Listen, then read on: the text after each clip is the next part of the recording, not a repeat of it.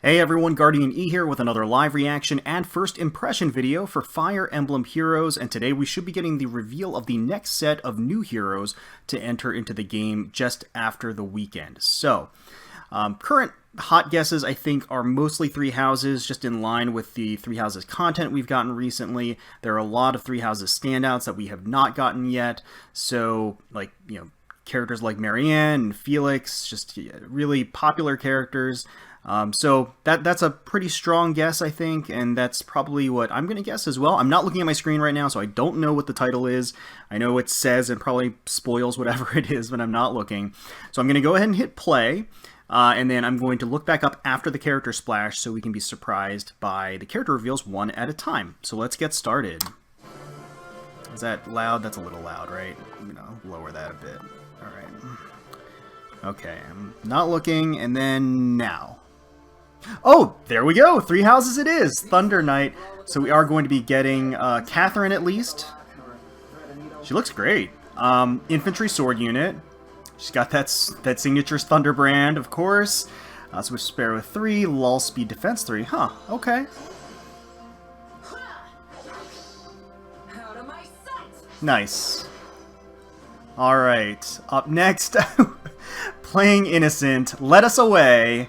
It is going to be Flayn. So she's going to be a flying healer, huh? Alright. Caduceus Staff is going to be not inheritable. Rescue Deluge Bomb 3. Interesting. Okay, okay. And there she's attacking. I like that little effect. Pretty nice. Oh, wow. Okay. Seiros Adherent. We're going to be getting Seteth. So, naturally, Seteth would follow Flayn, right? So he's going to be a Flying Lancer, Spear of Asal. Ooh, okay. I like his art. It's pretty nice. Okay, we're getting the Archer apart. So I kind of like this. It's a lot of... so Shamir, we're getting, like, a lot of faculty. Well, I guess they're not faculty, but the older units, like the seasoned units, I guess, besides Flayn. Survivalist bow, well, no, I guess including Flayn, now that I'm thinking about it.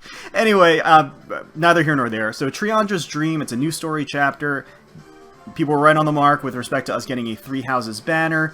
And let's pause right here. Wait, is that the summoner that's there? What? That's weird. That's the summoner, right?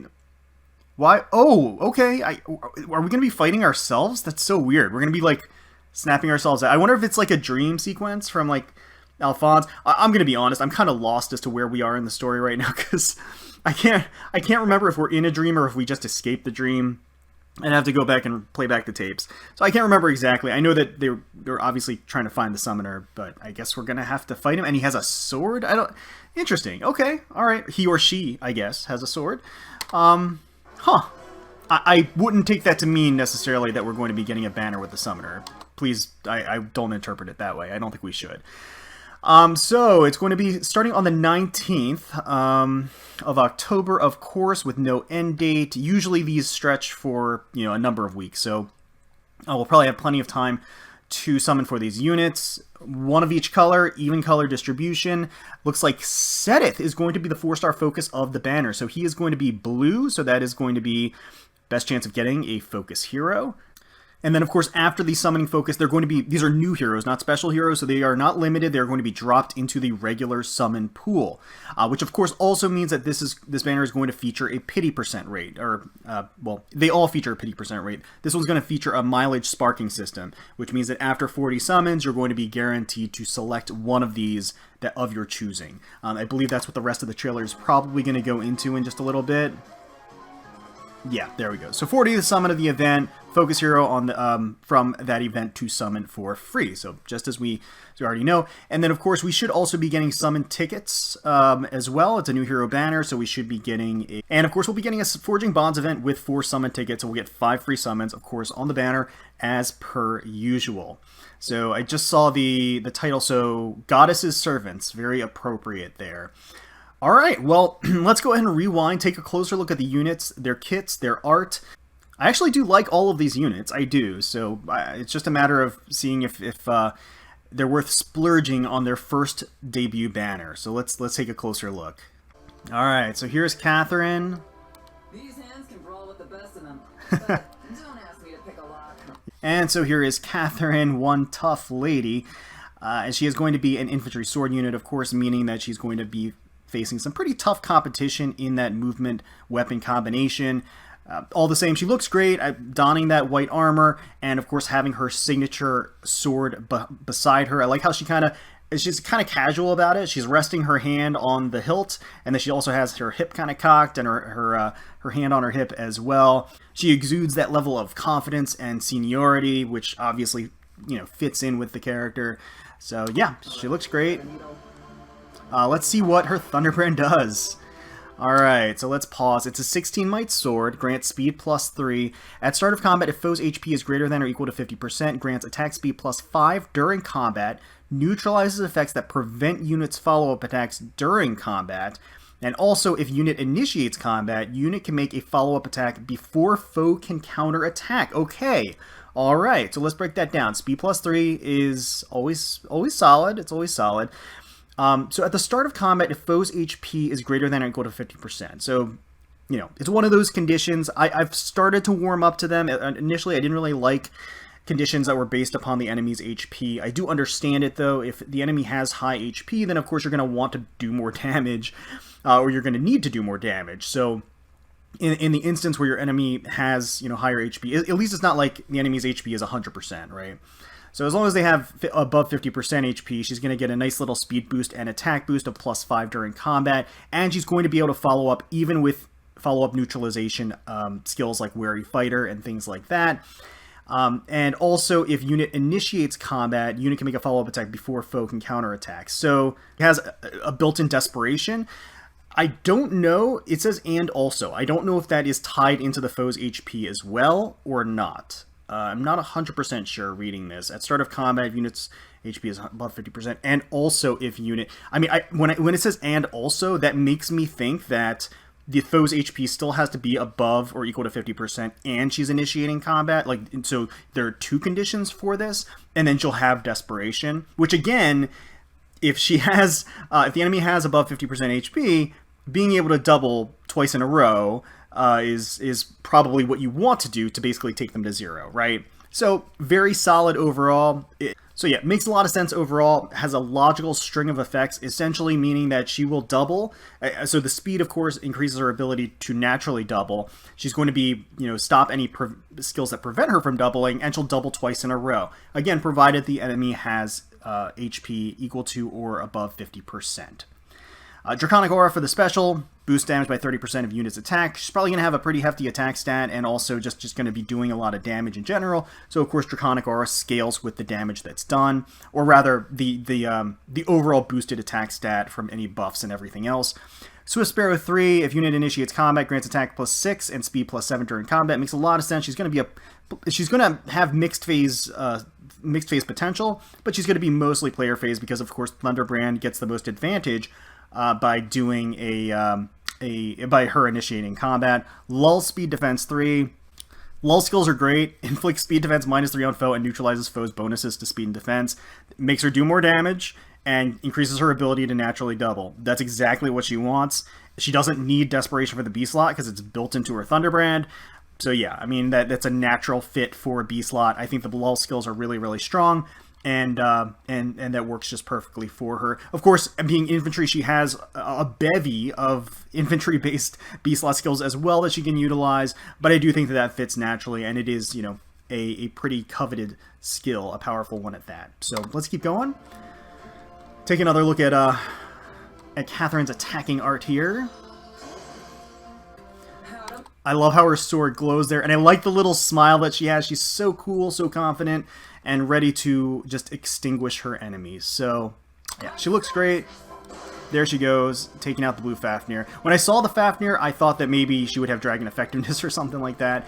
So playing Innocent, here's going to be Flayn. Flayn, of course, is adorable. She has her signature hair drills here of the green variety. And, you know, I like her prim and proper outfit. She looks good. I mean, I think it's a proper representation of her in the game itself. I think the artist did a great job.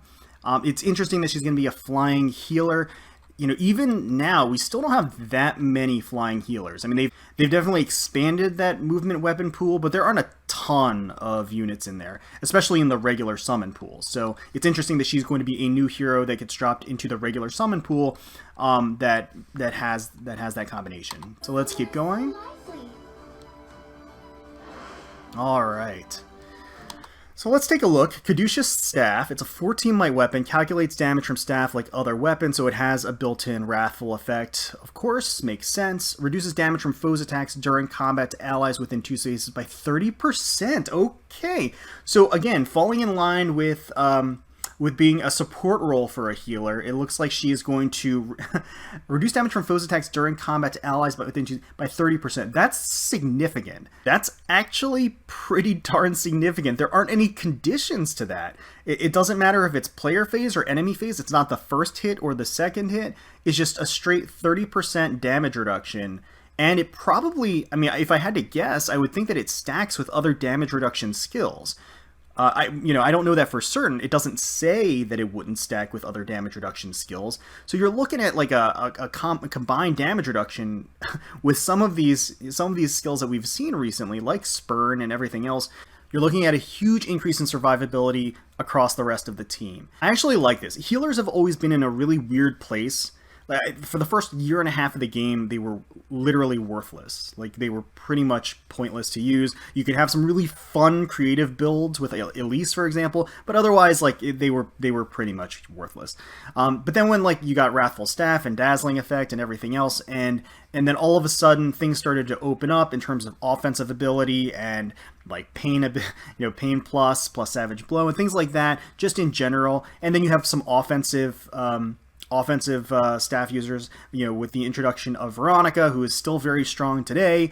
You have Brave Camilla, of course. So again, healers have really kind of pivoted to being like kind of full out offense with some like minor support role. And then here, Flayn clearly is geared towards a completely or definitely more of a support role in general, and it's a powerful effect. She herself isn't going to carry a team, but she is going to overall increase, especially where we have more and more units that are geared towards damage reduction, since that's kind of what Intelligent Systems has been introducing lately. This is just going to further enhance that. Rescue Plus for the assist restores HP equal to 50% of unit's attack, minimum of 8 HP to target ally. Unit moves 1 space away from target ally. Ally moves to unit's previous space. Really? If unit or ally cannot move to the target space, if another ally or foe is occupying space, unit and ally will not move. Using this skill has no effect on special cooldown charge. Unit does not gain EXP or SP. That's interesting that they added that in there. But that's... So now we're seeing hybrid assist. This is actually really exciting to me because this is something I've wanted for a very long time. Obviously, this one in particular is healer based, but I just in general I've wanted movement based assists are so strong in this game, and we have basically the same movement based assists since the very beginning of the game, and we're years and years into it, and we've never really gotten an expansion to movement based assists. So this is kind of a sneak peek. I would say this is kind of the gate opening of having assists that are a movement-based assist plus an effect. In this particular case, Flayn is able to do a heal, and then she's going to have a drawback effect. That's very strong. I mean, that is very strong. Now, the thing is that there may be certain instances where you want to draw back but not rescue, or where you might want to rescue but not draw back. There is like something of a downside there, but the reality is that the overall utility of this assist just far outweighs the disadvantages. She can either heal, she can draw back, she can do both, and that's actually really cool. So I do think that is a proper direction for assist skills, because again, I think that movement-based skills are just so strong, just open up so many opportunities, and we haven't gotten any new ones. So this is a natural expansion of that. Deluge Balm Plus is her special. When healing an ally with a staff, grants speed res +6 to all allies for 1 turn. Yeah, that's pretty good. Dazzling Staff 3 for the B slot, foe cannot counterattack naturally, and Ground Orders 3. At start of turn, grants the following status to adjacent infantry, armored, or cavalry allies for 1 turn. Unit can move to a space adjacent to any ally within 2 spaces. As a support flyer that wants to be able to be used on hybrid teams, ground orders makes a ton of sense, especially since most of the units that can take advantage of the damage reduction and probably stack the damage reduction are going to be infantry units. So that, or even armor units. So because of that, it makes a lot of sense for ground orders to be on her to be able to enhance her functionality in a hybrid team. So honestly, I'm really liking Flayn's kit. I think it's really cool. I like the idea of her playing the support role and then also having like this built-in, again, heal plus draw back. I think it's good. I think it's great. So let's keep going here. There she's attacking, and she looks very cheerful, always having that very gentle smile on her face. Yeah, so there she goes. I do like that cool, like, I don't know, ring effect of the weapon itself. Alright, so here's Seteth, Seiros, Adherent. Yeah, Seteth looks good here. I mean, he kind of looks a little angry, I gotta say. Whenever I think of Seteth, I think of him as being kind of more neutral and a little flat and emotionless almost. So, I mean, maybe he's seeing Flayn get hurt in battle or something like that. But yeah, I mean, he looks great. I like the cloak effect floating behind him like that. And then the lining design, the pattern is really, really cool. Of course, he's got the belt with the tassels. The overall color scheme of the purple and the gold just works really well, naturally. Yeah, he looks good. Flying Lancer, let's keep going and see what his skill is. He is going to be the 4-star hero of the banner and the 4-star focus unit of the banner.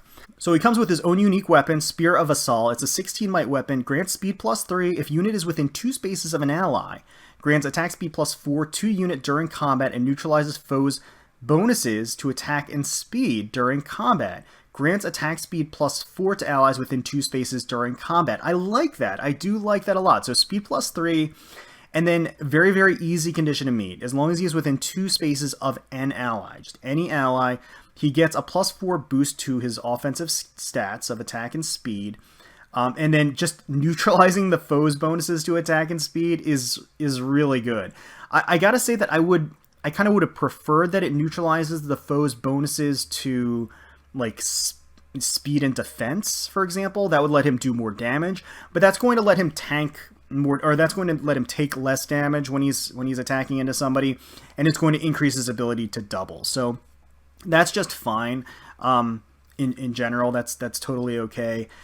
And then the fact that he also just provides a bonus to allies within 2 spaces of attack and speed +4, I mean, that's really good. That's just a goad, essentially. A goad all that's built into his weapon. Kind of reminds me a little bit of Camilla's Refine and Camilla's Axe, because she not only got bonuses to her attack and speed as long as she's within 2 spaces, but she would also provide an attack and speed bonus to allies around her as an in-combat bonus. So it's actually very similar to that.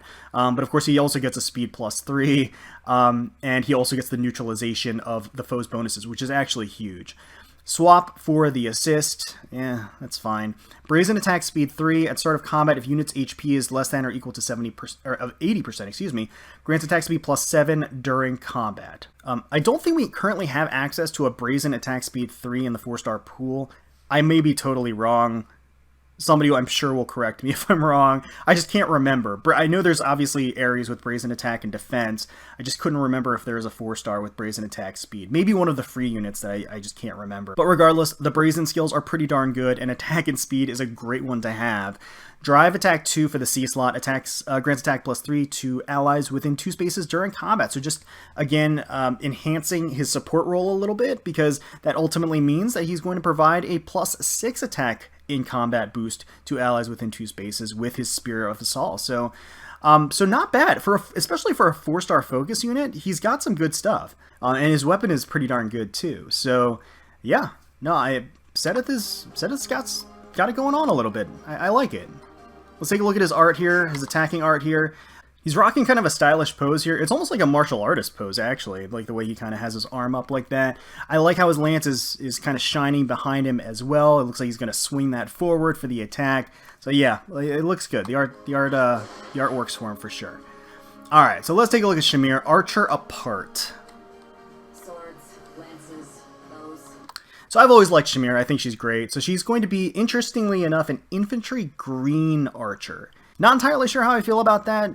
We'll have to see what the rest of her kit is. I don't love color bows in this game in general, or color archers, but at the same time, you know, there's Igren that's a red infantry archer, and she's like an absolute monster on the battlefield. So let's see what the rest of her kit is. But otherwise, she looks the part as a ranger. She's clad in that black, very stylish looking. I love the teal coat that she's got over that. The pauldron on the side, and then she's got a quiver full of arrows. I don't know where her bow is. It's kind of weird. I would have expected her to have a bow in her neutral art, but that's okay. It's all right. And Mishima Shigeki is actually doing some more art, which I think they've kind of taken a break recently. I don't think we've gotten art from them recently, so nice to see them doing more work in the game. So yeah, no, I think she looks great here. Let's take a look at what her kit is, because I am curious to see, you know, how they make up for the fact that she is a green bow, essentially. So she has Survivalist Bow. It's her own unique bow, which means that nobody in this banner has an inheritable weapon, interestingly enough. So 14 might weapon, accelerate special trigger, cooldown count -1, that is very strong. Effective against flying foes, of course. If unit is not adjacent to an ally, grants attack speed +6 during combat, and also if foe's HP is greater than or equal to 80% at start of combat, foe cannot counterattack. Really? Okay, alright. So that is basically means that as long as she has an HP threshold, or she meets the HP threshold, she's going to have more or less a fire sweep bow that also has minus a killer/slaying effect, and also grants her a attack and speed +6 as long as she's not next to an ally. That's a strong series of things for sure. That's definitely a strong series of things. Moonbow for the special treats foe's defense res as if reduced by 30% during combat. Attack speed solo 4 for the A slot makes a ton of sense because that synergizes with her survivalist bow. If unit is not adjacent to an ally, grants attack speed +7 during combat. So she's going to get some whopping bonuses to her offensive stats. Null follow-up 3 neutralizes effects that guarantee foes follow-up attacks and effects that prevent units follow-up attacks during combat.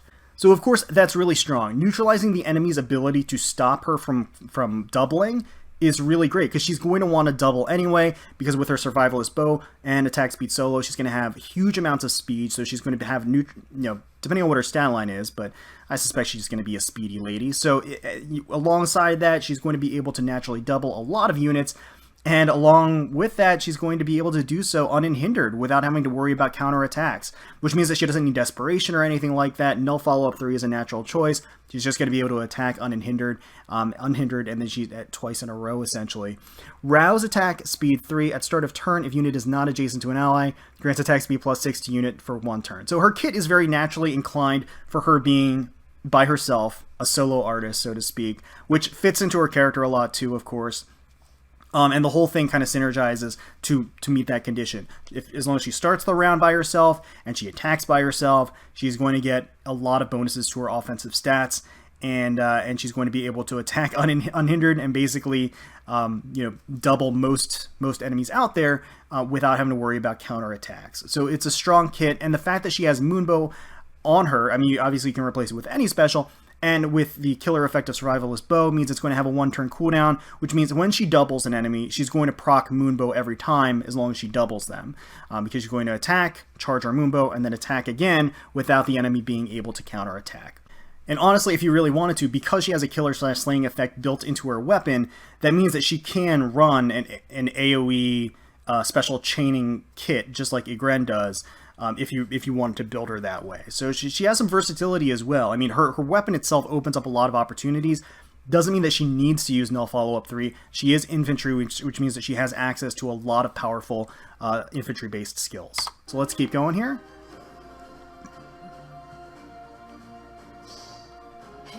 Alright, so there's that bow. I do like the sort of wind slash effect that her bow has, or maybe just like the energy around her as she's taking aim there. She's striking that pose. And I like the quote, "Hate me all you want." Very appropriate. Alright. So that's great. Okay, so again, Trianja's Dream. All of the units look pretty good, honestly. They all have their own kind of exclusive weapons. Even as a 4-star focus hero, Seteth actually looks pretty strong. So Seteth is a very possible +10 merge project for people out there. Now, of course, Seteth is also in a movement weapon combination type similar to Catherine that is very overpopulated. So he has a lot of competition, of course, being a flying lancer, Catherine being a sword infantry unit. Yeah, some steep competition indeed. But I think what he does is very unique. And if you want a team player, Seteth is a great one to have, I think, generally speaking. And he's going to be, relatively accessible in terms of being a merge project. As far as the overall value of the banner, I think it's strong. I think all of them have something really great to offer. Even Seteth, I think that Flayn in particular has something that's especially unique. And just because of that, I kind of put her up there as maybe the prize of the banner. Maybe that's a strong way of saying it. Again, she's going to be in a support role, but I think that she opens up a lot more toys to play with, essentially, in terms of enabling certain units to be able to reach their full potential as far as damage reduction, and being able to play defensively. And again, her damage reduction is not restrictive, certainly, to enemy phasing. It is on all phases, and it's on all attacks, and it's, on everything. I think Catherine is pretty strong. She's not terribly exciting, though, just as far as the overall banner is concerned. Shamir has a lot to offer. I think her kit is pretty exciting, but it also doesn't blow me away. So Flayn, I think, is the most unique unit of the entire banner. That's not to say that the other units aren't worth going for. I think they're all going to be strong in their own right. For me personally, I'm not really sure if I'm going to go in hard on this banner. I like the art, but none of the art blows me away either, to be honest with you. I think they all look great. None of them say summon for me, because that's honestly what drives me most to make impulse summons, or to decide to summon ultimately, is a lot of the character art too. So, but I think they look great. I think their kits are very strong. And I think that, again, Flayn brings something new to the table that we haven't seen, which is very exciting. So let me know in the comments below who you're excited for summoning for, if you are excited for summoning for any of these units, if you're going to go to the 40 steps, the 40 summons, to end up getting one of these units guaranteed. I am, again, surprised that we got a 3 houses banner that does not have Marianne or Felix. It's interesting, but again, I feel like these characters are pretty popular too. I certainly like all of these characters. So hopefully you all enjoyed the video. If you did, please feel free to leave us a like, comment, and subscribe to the channel for more Fire Emblem Heroes content. We thank you all so much for watching and for taking time out of your day to spend with us. We really, really do appreciate it. Certainly hoping you're all staying safe, healthy, secure, and united out there, and wishing the very, very best for you, your family, and your friends. And until next time, let's protect those skies.